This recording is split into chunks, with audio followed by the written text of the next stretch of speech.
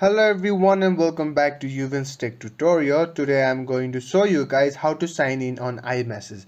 It is a very simple and easy step, so just stick with me till the end and you will be good to go. First of all you have to do is open a web browser of your choice, and here what you have to do is simply go to icloud.com. Simply go to icloud.com and you will be sent to a home page.